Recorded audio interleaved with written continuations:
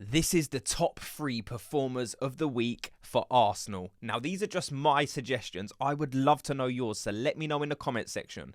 Now, usually when I'm doing something like this, I would ideally like to pick one player from defence, one player from midfield, and an attacking player. But because of the way the game played out, it's very hard to put defenders in there because we was attacking for pretty much the whole game.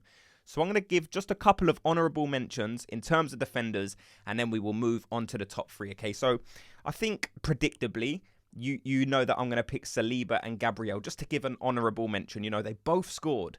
When was the last time you remember two centre-backs? The two centre-backs that start the game both score in a game. Saliba, brilliant header from the corner. Lovely played in by Declan Rice. Gabriel, much of the same. Free kick whipped in, and Gabriel's just having the desire to get there.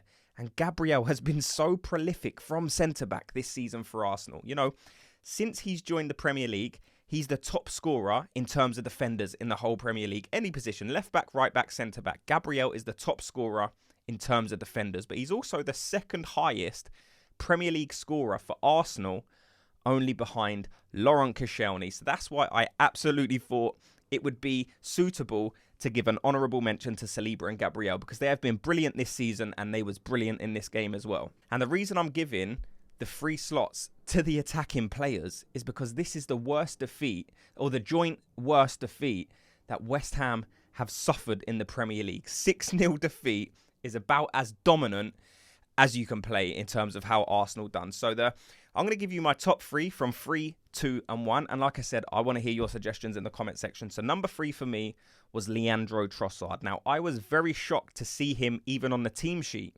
You know, I saw him in the team sheet and the team sheet had him up front. And I thought there's no chance Havertz is going to be playing up front. But Trossard played the game up front and he done so many things well in this game.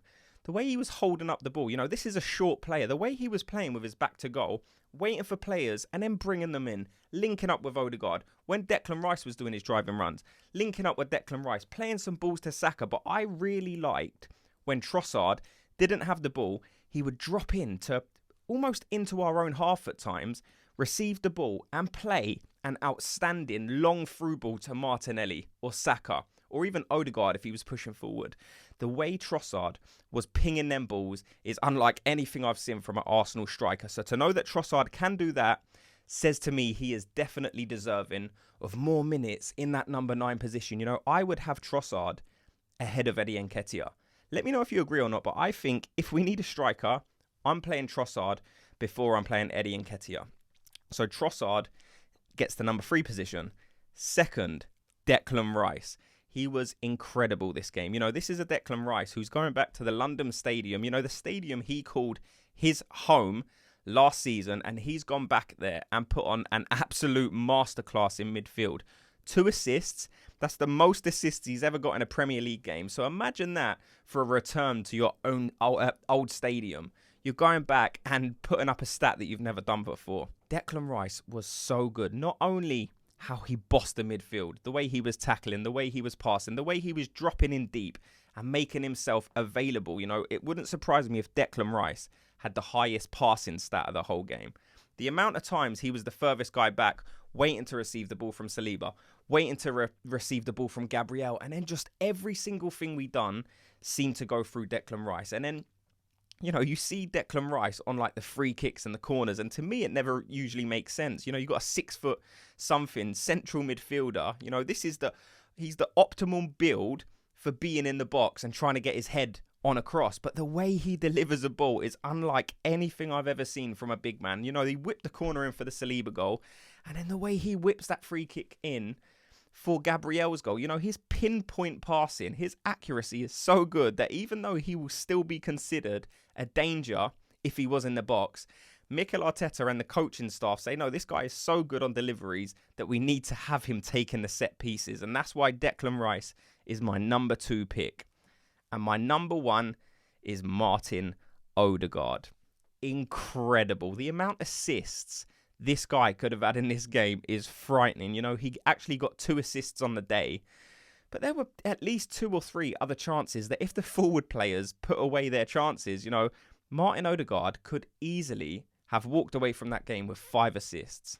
You know, this was and as confident Martin Odegaard as I've ever seen. You know, the panache he was putting on some of them through balls, the dazzling nature in which his feet were operating in was mesmerising at times. You know, Odegaard in that mood is absolutely one of the best central attacking midfielders in the world. And like I said, he got 2 assists, played really well, offered so much defensively as well at times when, you know, they wasn't attacking that much. But when they did, not just Odegaard to be fair, but the whole team, the hunger and the desire to still get back, even when West Ham would get the odd attack, say on 50, 60 minutes with 5-6-0 up, you know, West Ham get a break and every single player is busting a gut to make sure they don't concede. But there's so many good points I noticed from Martin Odegaard, and if you go back and watch the game, you will see how good he was, how confident he was, the passes he was doing, the spaces he was creating, you know, and even just the ability to find space himself.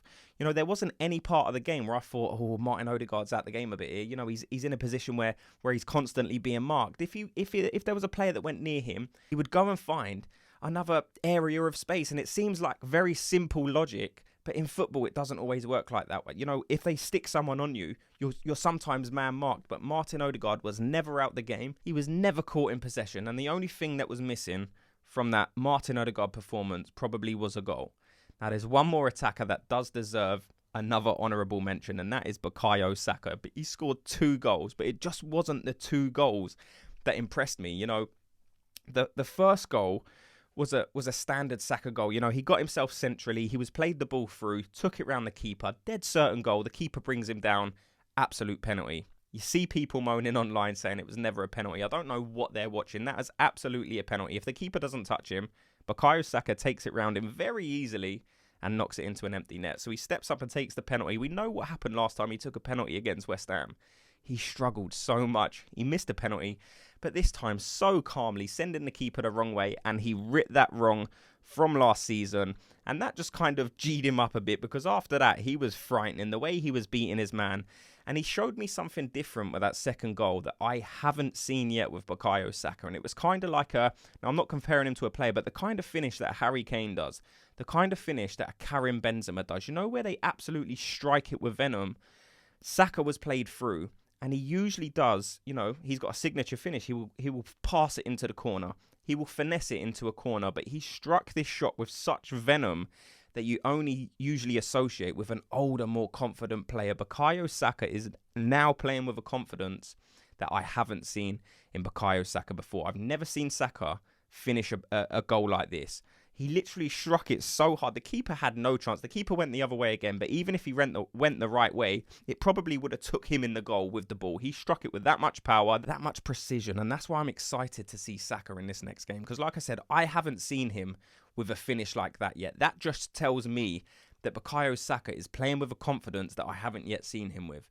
We know his stats this season are incredible. 31 games, 13 goals, 13 assists from a 22-year-old right winger. These are impressive numbers. Those are the kind of numbers that some of the best players in the world can't even produce. So let me know your thoughts on everything you've heard in this video. Who are your top 3 performers of the week? Who was your top performer of the week? Like I said, mine was Martin Odegaard.